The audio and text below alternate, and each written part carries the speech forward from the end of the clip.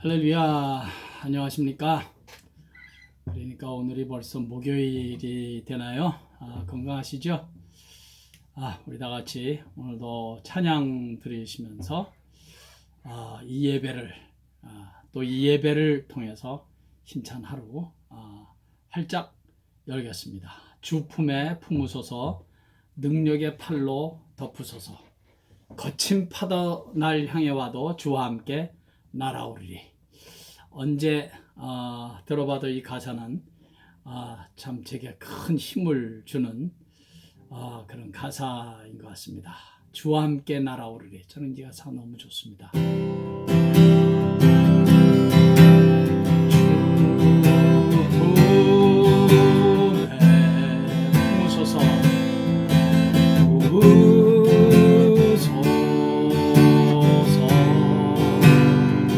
능력의 팔로 덮으소서.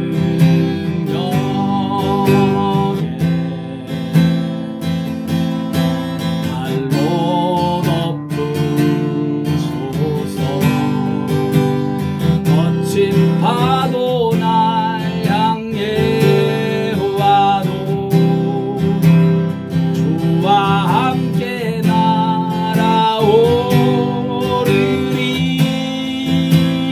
폭풍 가운데 나의 영혼 잠잠하게 주를 보리라. 주님 안에 나거하리. 주님 안에 나거하리.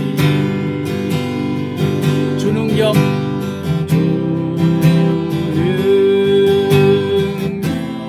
나 잠잠히 믿네. 나 잠잠히 믿네. 거친 파도 날 향해 와도 주와 함께 날아오르리. 폭풍 가운데 나의 영혼 잠잠하게 주를 보리라. 거친 파도 날 향해 와도 주와 함께 날아오르리. 폭풍 가운데 나의 영혼 잠잠하게 주를 보리라.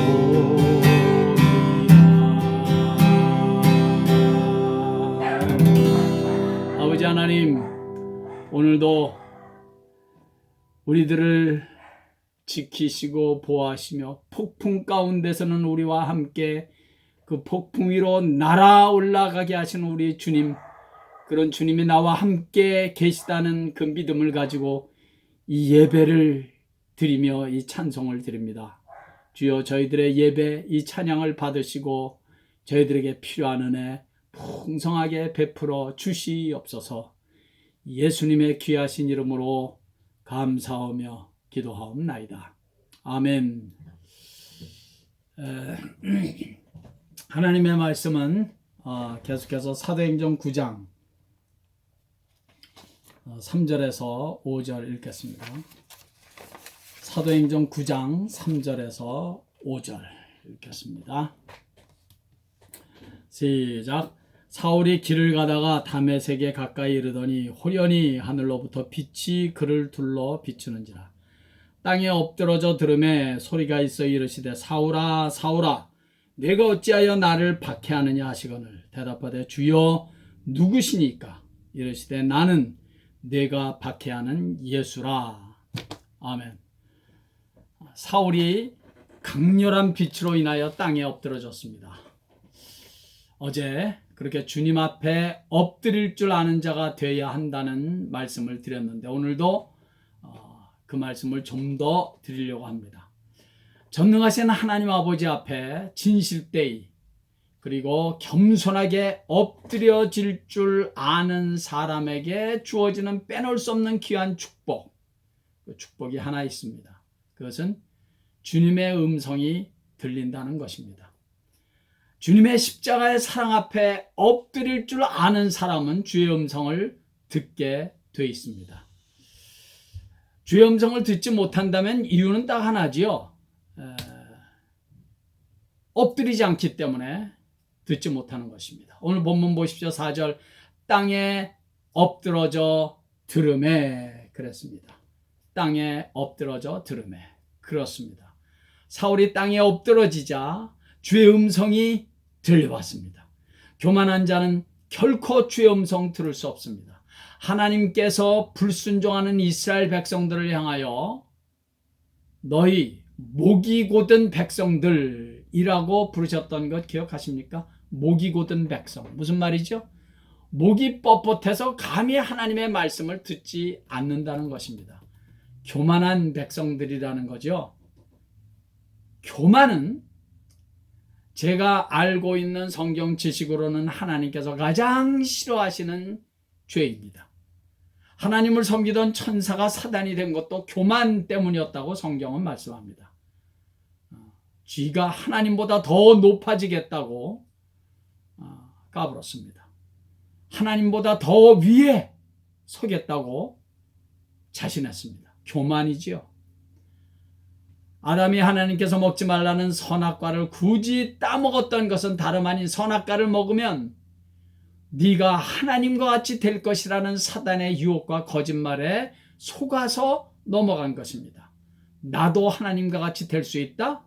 세상에 이것보다 더 큰 교만이 어디 있겠습니까? 이렇게 교만한 자들은 결코 하나님 앞에 엎드리지 않습니다. 하나님 앞에 엎드리지 않는다는 것은 나는 하나님 없이도 충분히 잘 살 수 있다는 것입니다. 굳이 하나님의 도움이 없이도 나는 잘 먹고 잘 살 수 있다는 것입니다. 그런 자가 뭐가 아쉬워서 하나님 앞에 엎드리겠습니까? 교만해서 엎드리지 못하는 것입니다. 목이 곧은 백성은 하나님 앞에 절대로 엎드리지 않습니다. 하나님 앞에서 가장 못되고 어리석은 죄입니다. 이런 자들은 절대로 주의 음성을 듣지 못합니다. 잠언 6장 16절 17절 말씀을 한번 들어보십시오. 여호와께서 미워하시는 것 곧 그의 마음에 싫어하시는 것이 67가지니 곧 교만한 눈과 거짓된 혀와 무죄한 자의 피를 흘리는 손과 등등 계속 나와 있습니다. 하나님께서 미워하시는 것이 7가지가 있는데 그 중에 제일 첫 번째가 교만한 눈이랍니다. 하나님께서 가장 미워하시는 죄, 그것은 교만이라는 것입니다. 그 교만은 결코 하나님 앞에 엎드리지 않습니다. 목이 뻣뻣하게 곧으니 엎드릴 수가 없습니다. 말씀을 듣지 않습니다. 하나님 제대로 예배할 수 없습니다. 그래서 하나님 아버지께서는 그 교만한 눈, 뻣뻣한 목을 낮추시기 위해서 지금 사울을 엎드러지게 하신 것입니다. 엎드러져야 비로소 주의 음성을 듣게 되니까. 엎드러져야 비로소 주님 만날 수 있으니까. 엎드려 봐야 주님과 교제가 비로소 시작되는 것입니다. 주의 말씀이 들려요. 엎드려 봐야. 전 문화부 장관이었던 이어령 교수를 잘 아실 것입니다. 한때는 한국의 그 최고의 지성으로 불렸던 분입니다. 그는 기독교에 대해서 독서를 하던 자로도 유명한 자였습니다. 그는 나는 왜 예수를 믿지 않는가라는 주제로 강연을 하면서 다니던 사람이었습니다. 나는 왜 예수를 믿지 않는가? 이 보통 교만한 말이 아니죠. 그죠? 훗날 그는 지성에서 영성으로라는 책을 쓰면서 이런 말을 합니다. 지성은 결코 울지 않는다. 지성은 분석하고 심판하고 의를 따지기 때문에 울지 않는다. 울면 눈이 흐려지기 때문에 지성은 울어서는 안 된다고 강조하던 그였습니다. 그런 그가 어느 날 십자가 앞에 주님 앞에 무릎을 꿇는다는 것은 상상조차도 안 되는 일이었습니다. 그런 그가 훗날 그의 딸 이민아 목사의 일로 예수를 영접하고 믿게 됩니다. 그가 지금은 천국에 가신 고 하용조 목사님으로부터 세례를 받던 그날 그는 펑펑 울었습니다. 평생에 그렇게 많은 눈물을 흘려본 적이 없을 정도로 울었습니다. 하나님 앞에 엎드러진 것입니다. 주님의 십자가의 사랑 앞에 엎드러진 것입니다. 그의 교만했던 목, 뻣뻣했던 목, 그의 강팍했던 마음이 하나님 앞에서 와장창 무너지고 엎드러진 것입니다. 그러자 그는 주님의 음성을 듣기 시작합니다. 성경을 읽고 묵상하면서 주의 음성을 듣고 찬송하며 주의 음성을 듣고 기도하며 주의 음성을 듣기 시작했습니다. 그가 자랑하던 지성은 그의 목을 하나님 앞에서 곧게 하였지만 예수 그리스도의 십자가의 사랑은 그의 지성을 영성으로 뒤집어 놓았고 그를 주님 앞에 엎드러지게 했던 것입니다. 그는 그 이후 유쾌한 창조, 어느 무신론자의 기도 등 영성이 가득한 저서를 통해서 예수 그리스도의 사랑을, 그의 능력을 전하고 있습니다. 사랑하는 여러분, 하나님 앞에 엎드릴 줄 아는 은혜가 저와 여러분들의 남은 평생에 충만해서 그때마다 주의 음성을 듣고 힘을 얻고 주의 인도하심을 받는 그런 축복을 남은 평생 누릴 수 있기를 예수의 이름으로 간절히 축원합니다. 땅에 엎드러진 사울에게 들려온 주님의 음성, 그것은 사울아 사울아 네가 어찌하여 나를 핍박하느냐 였습니다.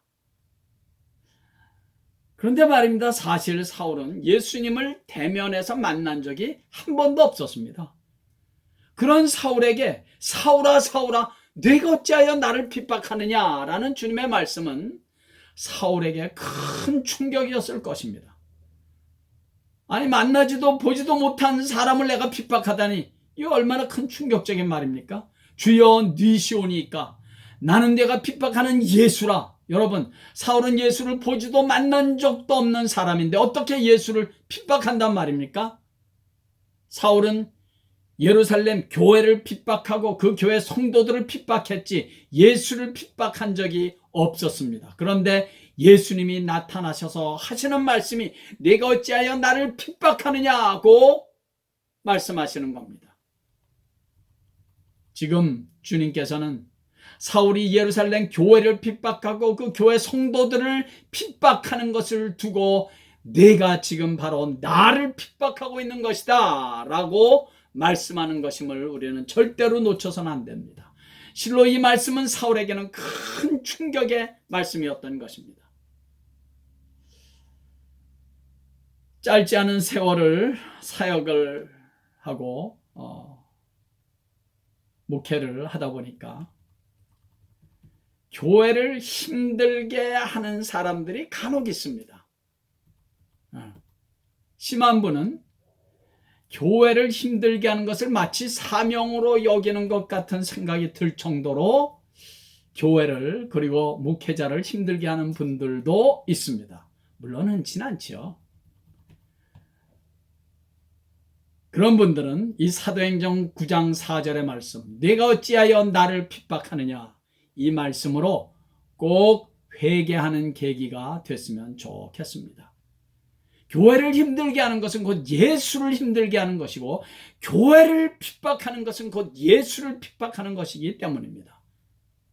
진정으로 교회를 사랑하는 사람은 나 한 사람 아프고 속상한 것으로 조용히 끝나고 덮습니다. 그런데 어떻게든지 교회를 힘들게 하고 교회가 막 요동치고 막 분열되도록 그렇게 조장하는 사람들, 이 사도행전 9장 4절의 말씀으로 좀 경고를 받아야 될 필요가 있습니다. 이건 제 개인적인 말씀입니다만은 정 교회가 싫고 목회자가 싫으면 조용히 교회를 떠나면 됩니다. 저는 개인적으로 섬기는 교회가 마음에 들지 않고 은혜 생활을 하기가 힘들다면 그 교회를 떠나서 은혜 생활을 잘 할 수 있도록 교회를 이렇게 찾게 하도록 그것을 장려하는 목사입니다. 목사들은 조금이라도 더 좋은 목회지가 생기면 아주 잘도 교회를 옮기는데, 교인들이 어쩌다 교회를 떠나면 꼭 지옥이라도 갈 것처럼 말하고 떠나는 교인 뒤에다가 거의 저주성 발언을 하는 것은 저는 절대로 옳지 않다고 생각합니다. 무엇보다도 교회에서는 제일 먼저 말씀이 들려야 합니다. 말씀이. 어떤 이유로든지 교회 생활이 힘들어지면 가장 먼저 설교 말씀이 들리지 않습니다. 그러면 신앙생활, 교회 생활이 아주 불행해집니다. 아주 힘들어지죠. 그건 거의 지옥이죠. 말씀이 들리는 교회에 가야 합니다. 그래야 영혼이 사는 거예요. 이것을 위해서 교인들은 교회를 옮길 수 있는 권리가 있다고 저는 생각합니다. 물론 교회를 옮기기 전에 많은 기도의 시간과 묵상의 시간이, 나를 보는 시간이 있어야 합니다. 어쨌든 그래서 교인은 목회자와의 관계가 좋아야 합니다. 삐진 거 있으면 빨리 풀어야 한다고요. 단순히 인간관계를 위한 것이 아니라 말씀이 들려야 신앙생활, 교회생활을 행복하게 할 수가 있기 때문입니다. 이런 말은 지금 우리 교회는 전혀 문제가 없으니까 말씀드릴 수 있는 것입니다. 그거 다 아시죠? 전혀 부담 없이 제가 말씀드릴 수 있습니다. 지금 우리 교회에 그런 문제가 전혀 없으니까. 어쨌든 주님께서는 지금 사울에게 단호하게 말씀하시는 겁니다. 내가 지금 교회를 핍박하고 교인들을 핍박하는 것은 곧 나를 핍박하는 것이다. 지금 예수님께서는 사울의 그 죄를 지적하고 있는 것입니다.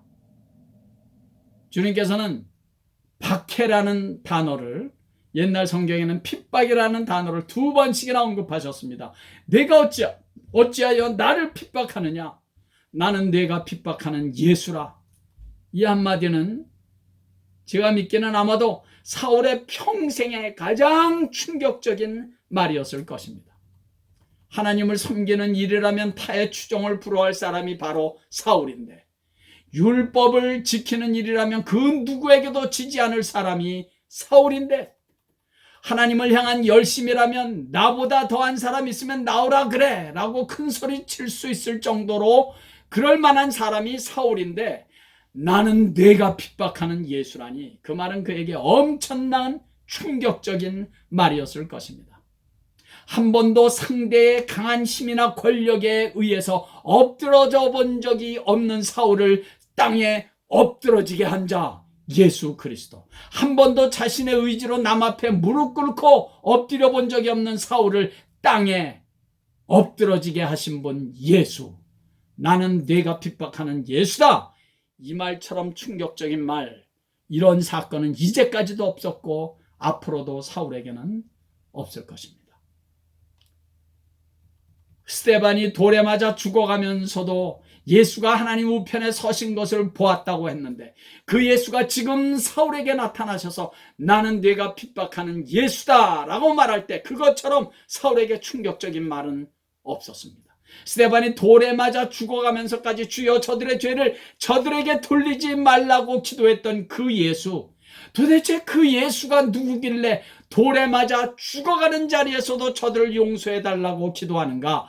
그 예수가 지금 사울에게 나타나셔서 나는 네가 핍박하는 예수다 라고 말씀하고 계신 것입니다. 그 예수가 지금 사울을 땅에 엎드러지게 한 것입니다. 이것은 실로 사울 평생에 가장 충격적인 사건이고 가장 충격적인 말이 아닐 수가 없었던 것입니다. 그래서 성도 여러분, 신앙생활 하면서 하나님의 말씀에 충격받는 일이 있기를 진실로 간절히 바라고 기도합니다. 성경 말씀은 때로는 이슬비처럼 고요하게 내 영혼에 말씀하시기도 하십니다. 때로는 자상한 어머니의 음성처럼 내게 말씀하시기도 하십니다. 성령에 감동된 하나님의 말씀은 때로는 사랑하는 애인의 사랑의 고백처럼 우리 영혼에 말씀하시기도 하십니다. 그리고 하나님의 말씀은 때로는 천둥소리같이 엄중한 하나님의 충격적인 말씀으로 우리에게 말씀하시기도 하십니다. 우리 다 같이 구약성경 예레미야 23장 29절 읽겠습니다. 예레미야 23장 29절. 예레미야 23장 29절. 제가 기다리겠습니다. 다 찾으시죠? 저도 여기 다시 찾겠습니다. 예레미야 23장 29절. 시작. 여호와의 말씀이니라. 내 말이 불같지 아니하냐. 바위를 쳐서 부스러뜨리는 방망이 같지 아니하냐. 아멘. 네. 그렇습니다, 여러분. 하나님의 말씀은 때로는 방망이가 돼서, 때로는 바위같이 단단하고 강팍한 우리의 마음을 두들기시는 충격적인 말씀으로 역사하시기도 하십니다. 이 성경 말씀은 때로는 불이 돼서 냉랭하고 무지한 우리의 영혼을 뜨겁게 하는 불의 말씀으로 역사하시기도 하십니다. 때로는 이 불의 말씀이 되어 우리의 못됨과 악함과 무지함과 불신과 우리의 죄악들을 몽땅 태워버리는 충격적인 불의 말씀이 되기도 하는 것입니다. 때로는 성령에 감동된 하나님의 말씀은 우리의 가슴을 정말 두근거리게도 하고, 때로는 방망이가 돼서 우리의 영혼을 마구 두들기도 하시는 충격적인 말씀이기도 한 것입니다. 이렇게 말씀을 통해서 일하시는 하나님을 만나고 경험하는 것이 우리 신앙생활의 한복판에서 반드시 일어나야 합니다. 한자에 서자서 아자아라는 말이 있습니다. 글자는 글자고 나는 나다라는 뜻이죠. 평생 교회는 다니는데 말씀은 말씀이고 나는 나고, 이건 신앙생활이 아닙니다. 우리 복음 안에서의 신앙생활은 말씀을 통해서 주의 음성을 듣는 것입니다. 말씀을 통해서 주님의 사랑을 만나고 그 사랑 때문에 막 감격하는 것입니다. 찬양 드리면서도 주의 음성을 듣습니다. 예수의 이름으로 기도하면서 말할 것도 없이 주의 말씀을 듣고 주의 음성을 듣는 것입니다. 예수님께서 십자가에 못 박혀 돌아가시자 시리에 차서 엠마오로 가던 두 제자를 기억하십니까? 그들에게 부활하신 예수님께서 슬그머니 나타나셔서 예수께서 죽으시고 사흘 만에 부활할 것을 가르쳐 주시고 또 슬그머니 그들 곁을 떠나셨습니다. 그리고 제자들이 한 말 기억하십니까? 그가 우리에게 성경을 풀어주실 때에 우리 속에서 마음이 뜨겁지 아니하더냐. 우리 속에서 마음이 뜨겁지 아니하더냐. 그렇습니다, 여러분. 말씀을 사모하고 기다리고 말씀에 배고픈 자는 말씀을 대할 때마다 그 마음이 뜨거워집니다. 그 말씀 속에서 들려지는 주님의 사랑의 음성에 그 영혼이, 그 마음이 뜨거워지는 것입니다. 그렇게 마음이 뜨거워지자 그 두 제자는 엠마오를 당장에 포기하고 곧바로 다시 예루살렘으로 돌아가지 않습니까? 그것이 말씀의 능력입니다. 사랑하는 성도 여러분, 우리는 언제 어디서 이 하나님의 말씀이 성령에 온전히 사로잡힌 말씀이 돼서 우리에게 불같이 또는 바람같이 또는 방망이같이 말씀하실지 모릅니다. 그러나 이 말씀을 기대하고 사모하는 모든 이에게는 이 말씀은 나를 살리고 지키시고 치료하시고 인도하시며 때로는 충격적인 말씀으로 우리에게 다가오는, 우리를 살리는 생명의 말씀이 되는 것입니다. 나는 네가 핍박하는 예수라. 어찌하여 나를 핍박하느냐. 이 말씀은 사울을 뒤집어 놓고 사울의 강팍한 가슴에 불을 지르고 사울의 죄를 지적하는 생명의 말씀, 방망이 같은 말씀으로 다가왔던 것입니다. 우리 모두, 여러분과 저에게도 남은 평생 신앙생활하는 동안 이런 하나님의 불같은 말씀, 충격적인 말씀을 시시때때로, 아니 말씀 앞에 설 때마다, 예배 드릴 때마다, 말씀을 펼 때마다 이런 은혜의 말씀을 만나고 경험하는 은혜가 남은 평생 있기를 예수의 이름으로 간절히 축원합니다. 할렐루야. 우리 다 같이 또 찬양 한 장 드리고 기도하겠습니다. 주님 한 분만으로 내 영혼 만족하네. 다른 종류의 즐거움 날 채울 수 없네. 주님 한 분만으로 내 영혼 만족하네. 내 영혼 만족하네. 다른 종류의 즐거움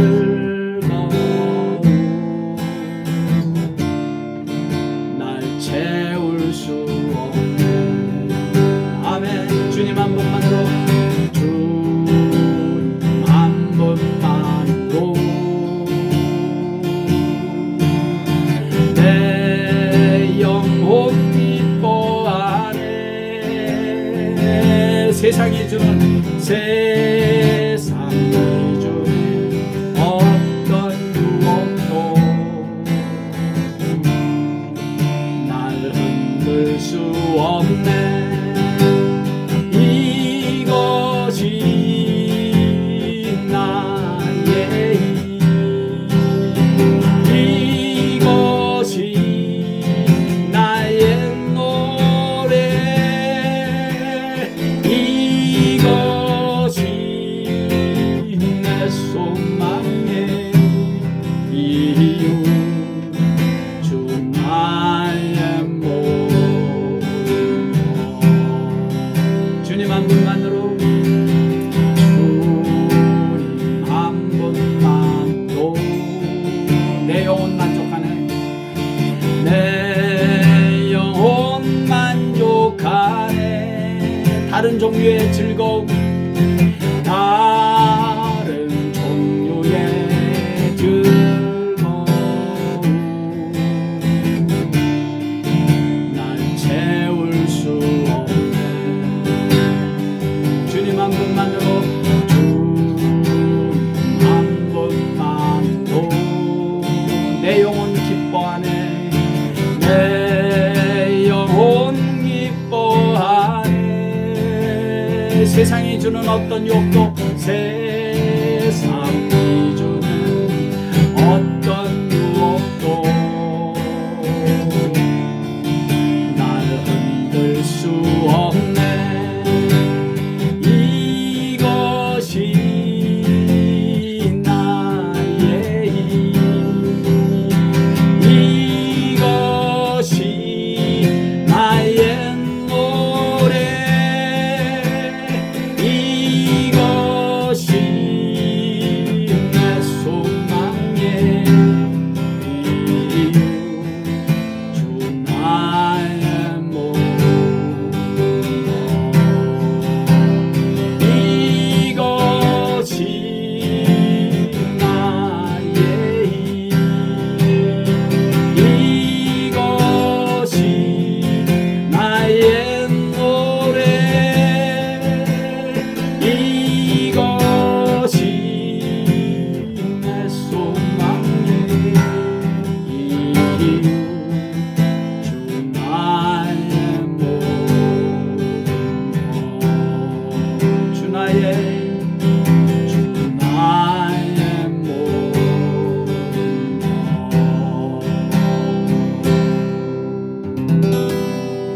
아버지 하나님 감사합니다. 아버지요, 우리가 늘 읽고 묵상하고 듣고 이 대하는 이 성경 말씀, 하나님의 말씀이 저희들에게 늘 은혜로, 때로는 방망이같이 때로는 불같이 내 영혼을 감동하고 내 영혼을 불사르고 내 죄를 지적하고 나를 바른 길로 인도하는 생명의 말씀, 능력의 말씀이 되어 이 말씀 안에서 온전한 신앙생활, 행복한 신앙생활을 하는, 이 말씀 안에서 늘 주님의 사랑을 만나고 주의 음성을 듣는 그런 멋있는 성숙한 신앙생활을 하는 우리 모두 되게 해 주시옵소서. 이번 주말도 또 이 10월 한 달도 이 안에도 남은 평생 그렇게 말씀과 더불어 주님과 교제하는 은혜가 차고 넘치는 복된 삶 되게 해 주시옵소서. 예수님의 귀하신 이름으로 축복하옵고 기도하옵나이다. 아멘. 할렐루야. 예배를 마치겠습니다. 우리 계속해서 여러분 기도하실 때 미국의 대선을 위해서, 그리고 우리 이 지상의 모든 교회들이 어수속히 예배당에서 만나 예배 드릴 수 있는 그날을 위해서 열심히 우리 기도하시기를 바라겠습니다. 할렐루야.